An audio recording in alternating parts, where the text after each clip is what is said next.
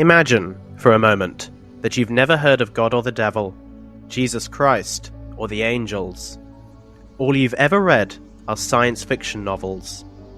Imagine, one day, as you're combing the shelves of your favourite second-hand bookstore, and you go past Douglas Adams, Isaac Asimov, and Alfred Bester, you come across a particularly thick volume. It's called the Bible. Say you took it home and read it. Would it really stand out from the rest of your collection? Today, we are going to be exploring how the Bible fits in with three distinct subgenres of science fiction.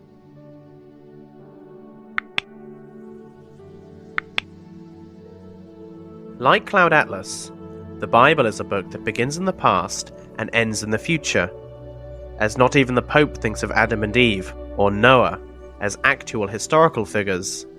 The Old Testament, and much of the New, can be read as alternative histories. That's not to say they don't have deep meaning.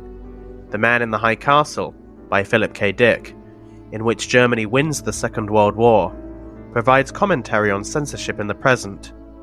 In the same way, the warring tribes of Israel reflect the modern world. The Tower of Babel can be read as a metaphor of factionalism. The strength of Samson verges on fantasy. One of my favourite alternative histories is The Difference Engine, by William Gibson and Bruce Sterling. It imagines a Victorian England which is far more advanced in terms of computers, and popularised the steampunk genre. The technology of the Old Testament is also futuristic.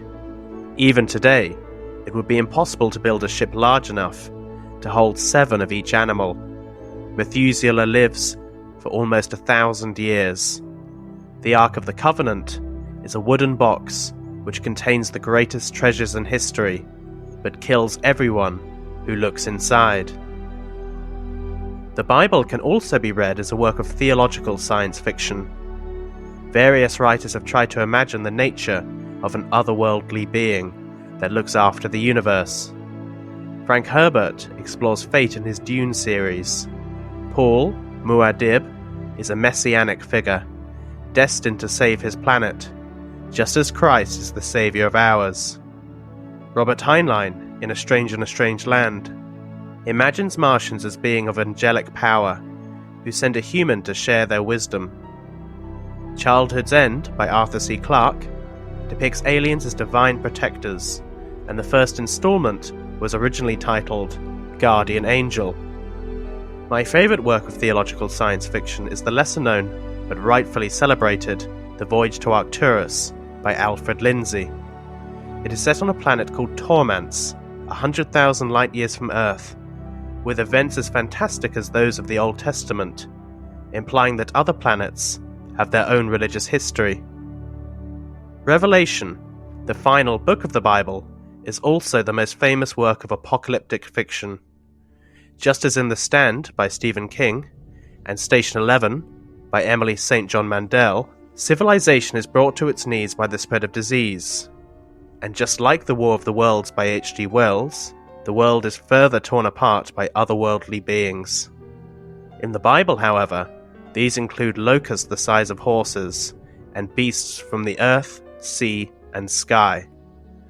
What amazes me most about the book of Revelation is its scientific predictions.